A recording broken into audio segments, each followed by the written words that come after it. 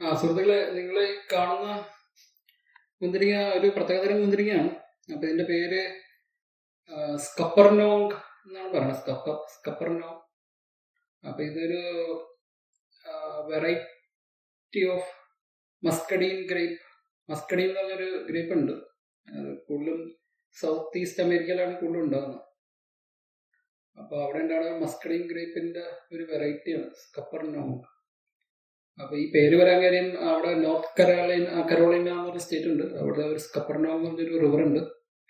ആ റിവറിന്റെ പേരിലാണ് ഈ മുന്തിരിങ്ങ പേരങ്ങനെ കൊടുത്തേക്കുന്നത്. പിന്നെ ഇതിന്റെ കളറ് ഗ്രീനിഷ് ബ്രൗൺസ് തൊട്ട് ഗോൾഡൻ ബ്രൗൺ കളർ വരെ വരുമെന്ന് പറയുന്നത്. അത് പഴുപ്പിനനുസരിച്ച് ഗോൾഡൻ ബ്രൗൺ ആണെന്ന് പറയുന്നത്. പിന്നെ കട്ടിയുള്ള സ്കിന്നാണ്. പിന്നെ മധുരമുണ്ട്, അത്യാവശ്യം മധുരമുണ്ട്.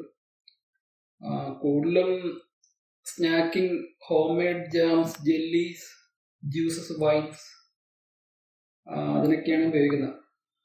പിന്നെ ഇത്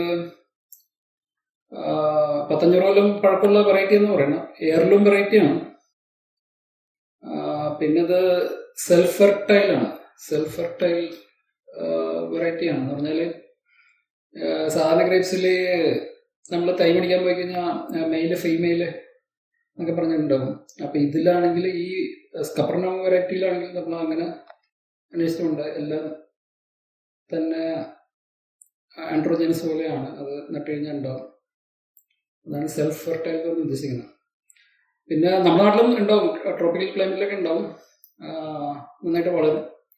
പക്ഷെ ഒരു കണ്ടീഷൻ ഉള്ളതെന്ന് പറഞ്ഞാൽ 3 മാസം ഒരു വിന്റർ വേണം. 3 മാസം ഒരു 0 to 7 ഡിഗ്രി സെന്റിഗ്രേഡ് ടെമ്പറേച്ചർ വേണം. എന്നാലും നന്നായിട്ട് കായ പിടിക്കുകയുള്ളൂ. അല്ലെങ്കിൽ കായ ഉണ്ടാവും, കുറച്ചുണ്ടാവുള്ളൂ. അപ്പോൾ ഹിൽ സ്റ്റേഷനിലൊക്കെ കേരളത്തിൽ നന്നായിട്ട് വളരും. പിന്നെ പ്രത്യേകത എന്ന് പറഞ്ഞാൽ ഹയസ്റ്റ് ആന്റി ഓക്സിഡന്റ്, മുന്തിരിങ്ങയിലെ ഏറ്റവും കൂടുതൽ ആന്റി ഓക്സിഡന്റ് ഉള്ള വെറൈറ്റി ഇതാണ്. ഇതെന്ന് പറഞ്ഞാൽ ഈ മസ്കഡൈൻ വെറൈറ്റി. അപ്പം ഇതിൻ്റെ ഡയമീറ്റർ 1 മുതൽ 1.5 ഇഞ്ച് വരെ ഡയമീറ്റർ ഉണ്ട്.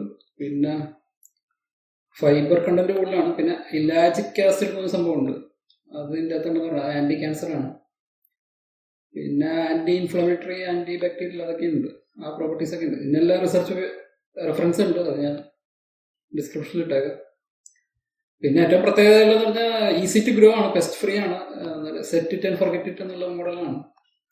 അപ്പം നമ്മളതിൽ കൂടുതൽ ശ്രദ്ധിക്കുകയൊന്നും വേണ്ട. ചൂടുള്ള കാലാവസ്ഥയിലും വളരും. ഇതൊക്കെയാണ്.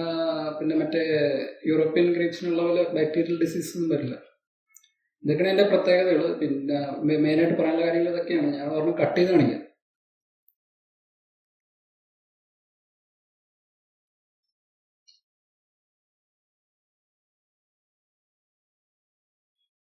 ഇത് ഇങ്ങനെയാണ് ഇരിക്കുന്നത്.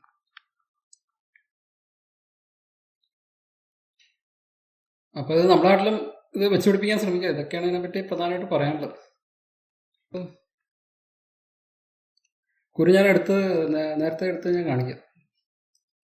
ഇത് ഇതേപോലെ ഇരിക്കും.